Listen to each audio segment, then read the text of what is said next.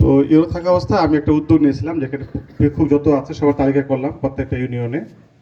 ও তার আগের কাহিনী বলি, সেটা হচ্ছে যে আমি ইউনো অফিসে যখন অফিস করি, তো প্রায় দেখি একটা লোক মানে বারান্দায় দাঁড়িয়ে থাকে, এর নাম হলো মিজান। তো মাঝে মধ্যে বলে, আমার স্টাফরা বলে, স্যার একটু সাহায্যের জন্য আসছে, সাহায্য চাই।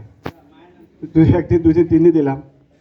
চতুর্থ জন যখন আসছে, তখন আমি বললাম কি এই লোকটা বারবার কেন আসতেছে এখানে। গত 1 মাসে মনে হয় 2 দিন বাড়তেছে তাকে। তো ডাকলাম তাকে, মিজানকে ডাকলাম, যে মিজান কি খবর, কি করো তুমি? বলে, স্যার আমি তো রিক্সা চালাই। আমি, রিক্সা চালাই কি হবে? তুমি তো প্রতিবন্ধী টাইপের। ও কুজা হয় হাটে। বলে, স্যার জীবনের তাগিদে স্যার আমাকে রিক্সা চালাইতে হয়, কি আর করার। তো স্যার রিক্সা, আমার এই শারীরিক অবস্থা দেখে মানুষজন রিক্সায় উঠতে চায় না।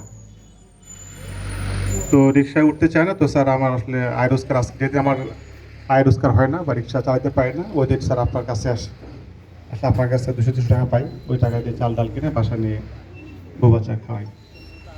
তাহলে যে তুমি কী করতে চাও? রিক্সা তো চালাইতে পারতেছো না, বা চালাইতে পারলেও লোক উঠে না, তার কী করা যাবে তোমাকে বলো? বলছে, মুখ একখান দোকান করে দেন। যে মুখ একখান দোকান করে দেন, আমি তখন চালাম, আমি তখন করে পারি, বসে বসে তখন করে পারি। তারপরে আমাদের 15 জন চেয়ারম্যান ছিল ইউনিয়ন পরিষদের। আমাদের মাসিক সবাই চেয়ারম্যানদেরকে বললাম যে আমরা সবাই মিলে ওকে দোকান করে দেখি চালাতে পারে কিনা।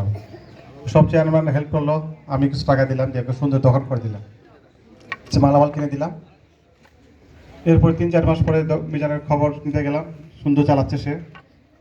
8-9 মাস পরে সে আমার কাছে আসছে। ওর কী অবস্থা মিজান? বলে, স্যার আমার দোকান আমাদের ভালো চলছে স্যার, মুই তো কিছু টাকা জমাইছু, গরু কিনবা হাসু, আমার আরও কিছু টাকা লাগবে। ভালো খবর। কয় টাকা জমাইছিস তুই? বলে, স্যার মুই তো মনে হচ্ছে 5-6 হাজার টাকা জমাইছু। গরুর দাম তো অনেক, 5-6 হাজার টাকা গরু পাওয়া যাবে? আমাকে একটা কিনে দেয়, একটা গরু কিনে দেবো। আমি গরু, আমি চরবাজা আসবো। পরে আমরা আরও কিছু টাকা পয়সা জোগাড় করে ওকে একটা গরুও কিনে দিলাম।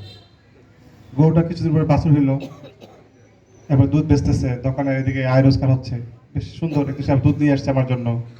স্যার মোর গরু দুধ হয়েছে, আমি দুধ নিয়ে আসছি তোমার জন্য না। ঠিক আছে, দেখো খাই। তারপরে এটা খবরটা পত্রিকায় আসছে একদিন। ডিসি স্যার খবর পাইলো যে একজন মানুষ প্রতিবন্ধী ছিল, রিক্সা চালাইতো, তো রিক্সা চালাতে পারতো না। এটা কাহিনিটা ব্যাপারে আসছে। স্যার আমি দেখতে যাবো, চলো তো কথা, এটা সত্যিকার ঘটনা কিনা। তো ডিসি স্যারকে নিয়ে গেলাম। তিনি স্যার দেখলো ঠিকই ঠিকই সে সুন্দর দোকান করতেছে, তার গরুর বাছুর হয়েছে, দুধ হইতেছে, এবং সে খুবই আরামে আছে, আরামে খুব ভালো আছে। আরেক লোক, তার নাম হলো শফিকুল। সে ওই যে ঘাড়ে করে সবজি টবজি বিক্রি করে, ওরা আবার ঘাড়ে ব্যথা।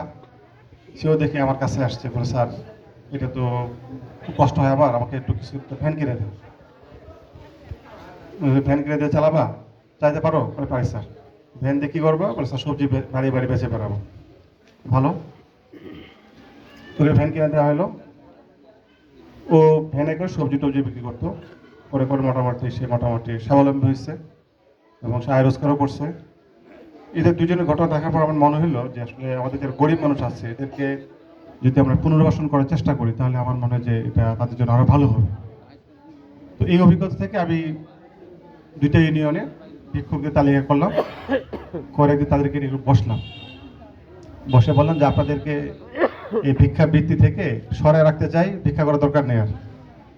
আপনারা কে কী করতে চান? কেউ কথা বলে না। স্যার আপনি কয় টাকা দেবেন? আমার ভিক্ষা করার টাকা পাই। তো এর মধ্যে একজন বলতেছে, যে বেশি কথা বলতেছে, আপনি কথা ভিক্ষা করেন আপনি? স্যার আমি তো ঢাকায় থাকবো, ঢাকাতে মন মাসে 20-25 হাজার টাকা ইনকাম হয়, ভিক্ষা করে।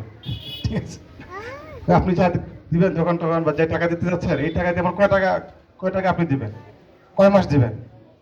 আমি তো আপনাকে প্রতি মাসে টাকা দেবো না, বাট আমি একটা আয় রোজগারের ব্যবস্থা করে দিতে চাই, সুযোগ তৈরি করে দিতে চাই। এক কথা বলতেছে, কেউ রাজি না আর কি, ভিক্ষাবৃত্তি ছাড়তে কেউ রাজি না। এটা আরামের পেশা মনে করতেছে, মানুষকে হাত পাতলেই টাকা পাওয়া যায়, কষ্ট নাই, পরিশ্রম নাই, তাই না? তো তাদেরকে বুঝাইলাম যে দেখেন, আপনার অনেক টাকা থাকতে পারে, ভিক্ষা করে আপনি 20-25-30 হাজার টাকা কামাই করতে পারেন, বাট আপনি যখন বাসা থেকে বের হন, আপনি চাইলে ভালো একটা শার্ট কিনতে পারেন, লুঙ্গি কিনতে পারেন। তো ভালো শার্ট প্যান্ট কিনে লুঙ্গি পরে যদি আপনি বাইরে যান, কেউ ভিক্ষা দেবে?